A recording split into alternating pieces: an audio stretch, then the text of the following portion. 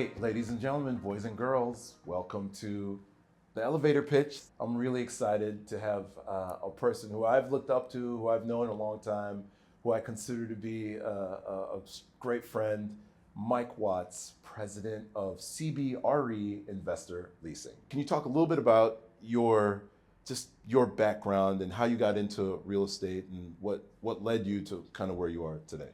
Sure. Well, it's great to be here. Never been on an elevator that is stopped before, unless I've been stuck. So it's good to be in one where you have control.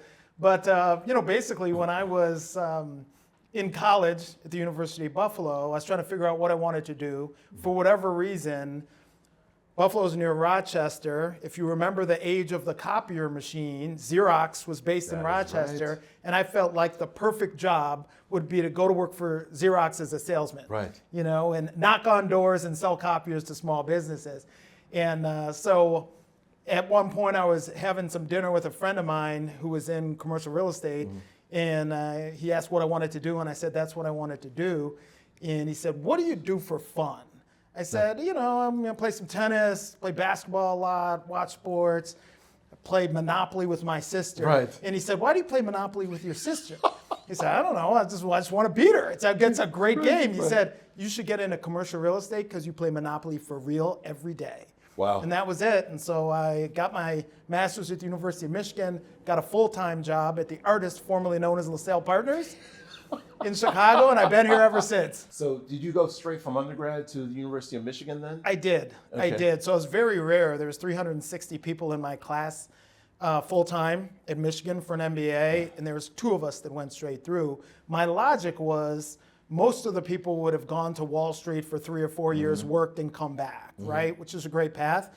But I thought if I could go straight through, I'd just save 4 years. Right. And The same job somebody else is going to get coming out of school. Yeah. And that's kind of how it played out. That's the right bet. Clearly you made the right decision. So you went to the Artist, formerly known as LaSalle Partners. Now you had tremendous success there. You were Crane's 40 Under 40. Was that there or was that at your next? That was at McKinney. McKinney, okay. That was at McKinney. So when you left JLL and they taught you, you absorbed what you needed to learn culturally and from a professional standpoint, what motivated your next move to JF McKinney? I think it was just opportunity. Jack McKinney, a legend, icon in agency leasing, that's what I did. So to have the opportunity to work with him, and we had great people at that firm, great partners. So I just looked at it and said it was time, and that was a great move. And I remember when I was leaving LaSalle, I called up my mom. She was still back in Buffalo at the time. And I said, hey, Mom, I'm going to make a move. I'm going from LaSalle to McKinney. Right. And she hadn't heard of McKinney. And my mom begged me not to go. She said, they've been so good to you. Because my mom grew up in Flint, Michigan. She was used to, you go to work for a car company. And you die there. Yeah, you go womb to tomb, as she said. Right. They've been so good for you. And then once I got into McKinney and had success, and she saw the people, and she said, okay, I get it. I get why you made that move. And that was a much smaller company, much more entrepreneurial company, even though when I left LaSalle, it was small by today's standards. Right. It was great. It just was great. I've been fortunate. So you had the big company, or the small big company experience, and then you went to a truly entrepreneurial shop. And then from there, you became the president of Transwestern. I ran the Midwest. You ran the Midwest. As the president of the Midwest for Transwestern. Headhunter in New York called, said Transwestern was looking for somebody to oversee the Midwest. I sort of thought I knew a lot of the people at Transwestern from a tenant rep side. And I thought if I was ever going to think about maybe getting out of brokerage and getting to the management side, this was a pretty unique situation, a unique company, private company. So I made that change. Again, that turned out to be a great move. So LaSalle Partners was great, McKinney was great, Transwestern was great. And then I got a call from my old running mate, Jack Durberg, who is very, very senior and also LaSalle Partners alum, right? LaSalle alum. Yeah. Maybe some industrial in his background there. Right. And a C-suite executive at CB, and he said, we're putting together a job, and it's everything you ever did at McKinney and Transwestern and LaSalle Partners rolled into one. Yeah. You should talk to us, and it was to run agency leasing in the U.S. So agency leasing in the U.S., that is no small task. Can you talk a little bit about... Especially not these days. Because I just focus on office. Right. The good stuff. The good stuff. Well, I think this is, look, one of the things that you've been known to be is a high culture guy. Talk a little bit about just your global universe, how big it is, how vast it is, how many people in square feet, that kind of thing that you are. Yeah, I mean, responsible most people for. know CB's the largest real estate company in the world. Are you? Big I public didn't know company. that. Yeah. Yeah, okay. Yeah, we are. I think we still are if it was just the C of CBRE. I think we'd still be number one. But it's like any company, it's the individuals, right? That make the company, they make the culture. So great company, great culture. In the U.S., I mean, if you just look at Class A office space, there's 1 billion square feet of that. Everything in the U.S., I'm not talking CB, I'm talking overall, is very, very large. So if you're, the biggest player in that space, everything is hundreds of millions of square feet. Right. Office is the most disrupted, but I came to CB 4 years ago, so I came during COVID. Right. So it wasn't like I came into a situation and the world changed. The world had already changed, especially for office. But like yourself, I feel like if you're really good at something, if you're the best quarterback out there, you might want to play in perfect conditions, but you're going to outperform in bad conditions. Right, that's right. And so anybody can do well if everything's going your way and there's so many tenants and not enough space and there's a wait list and you're sitting with your feet up and the phone rings. Hey, I'll take 100,000 feet, send me a lease. But these are not those times. The dynamics of work from home, we were probably overdue for that.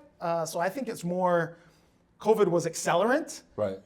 We probably, the working every day, all day in the office, come in early, stay super late. I think that probably flexibility was coming. COVID was the accelerant.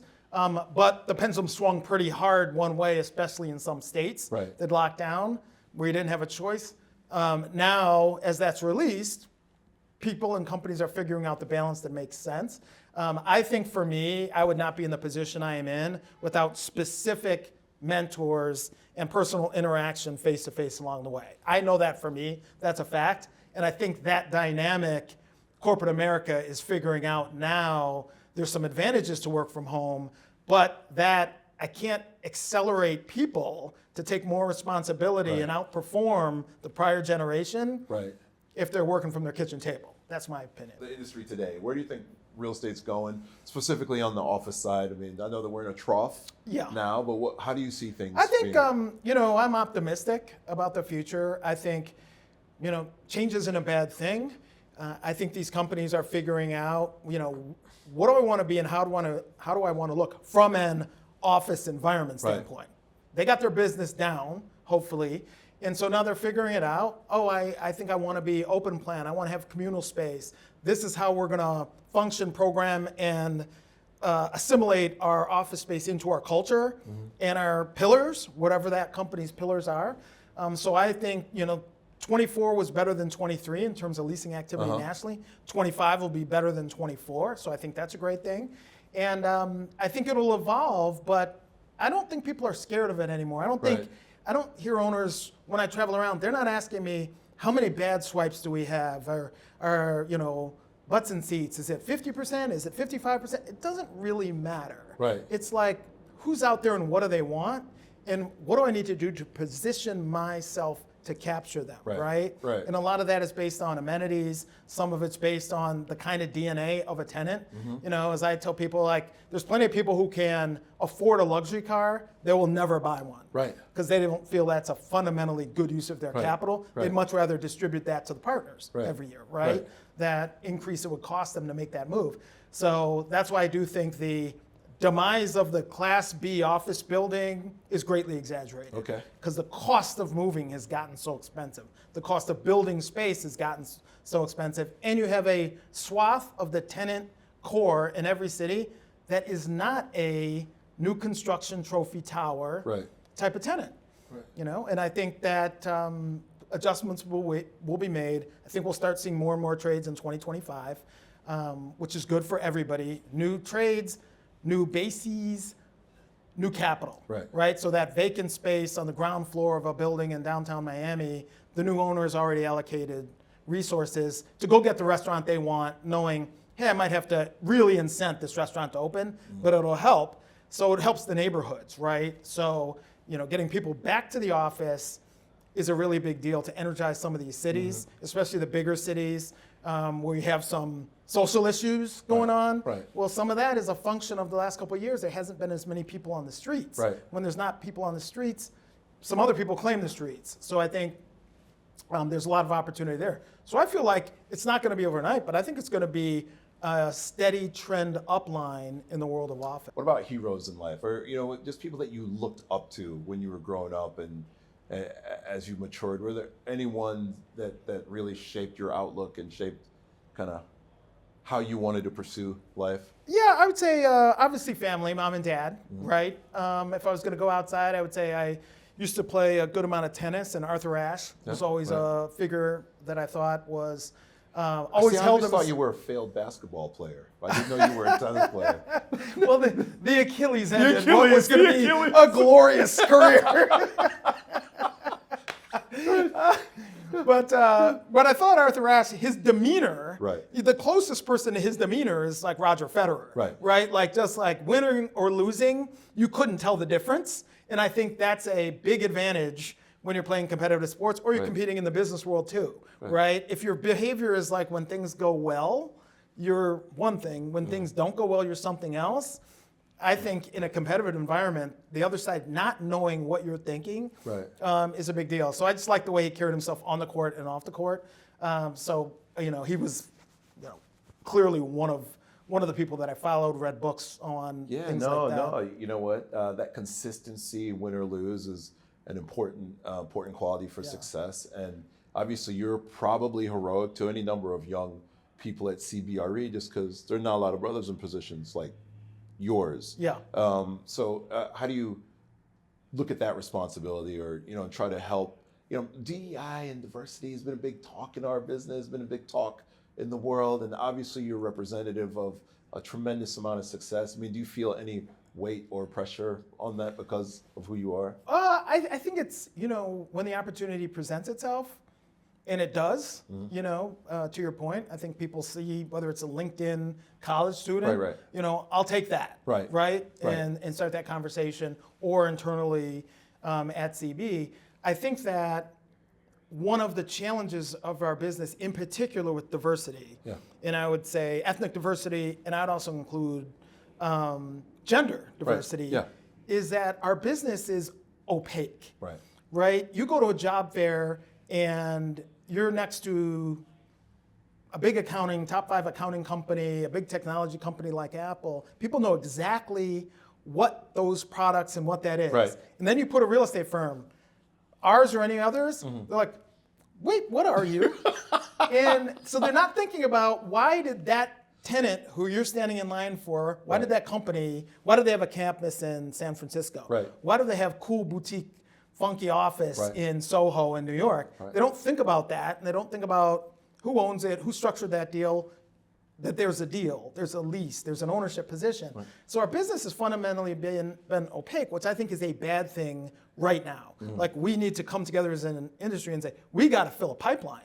If I'm to your point on younger generations, if I can go to all these companies that I use their products and I understand, why wouldn't I do that than getting in a queue to be a property manager, getting in a queue to be a brokerage? And that's what the other thing I say to people is this notion of paying your dues, which is like rampant in this is how you do it. You come in, here's the phone book, this is how I did it. Like, screw paying your dues, right? That's how, if a person uses that term, pay your dues, that's the job you can have in 24 months. So that's what you just say, okay, great, got Mike Watts, he's on the list, and I'll just systematically. Find the rich kids, get them in your sights, take them down. So I just think it's just, it's more like, hey, we got a team, we want you to be part of the team. And, if you do well, we do well. And vice versa. Not that I'm going to pay you $1 more than it's going to take before you leave. Even on something you helped really source, or you materially positively impacted. So our business has to work something out. On the gender side, we are losing women in the investor leasing side at the national level. Is that right? Whether it's they go to the principal side, they go to the tenant rep side, or they get out of the business. So I'm trying to get behind that. Like, why is that? Because what owners want are leasing agents that look like the tenants they want walking Right. through their lobby. Right. Right? Right. So that's going to indicate what that picture is now Sure. and what that picture's got to change Right. to be, and how do we get there? Yeah. That's not that easy. So this is a question I love to end on. Mike Watts, 30 seconds or less. Who are you? Pretty fun guy who tries hard, tries to help people, makes a ton of mistakes. There it is. Mike Watts, thank you so much, man. Great. It was Great having me. fantastic.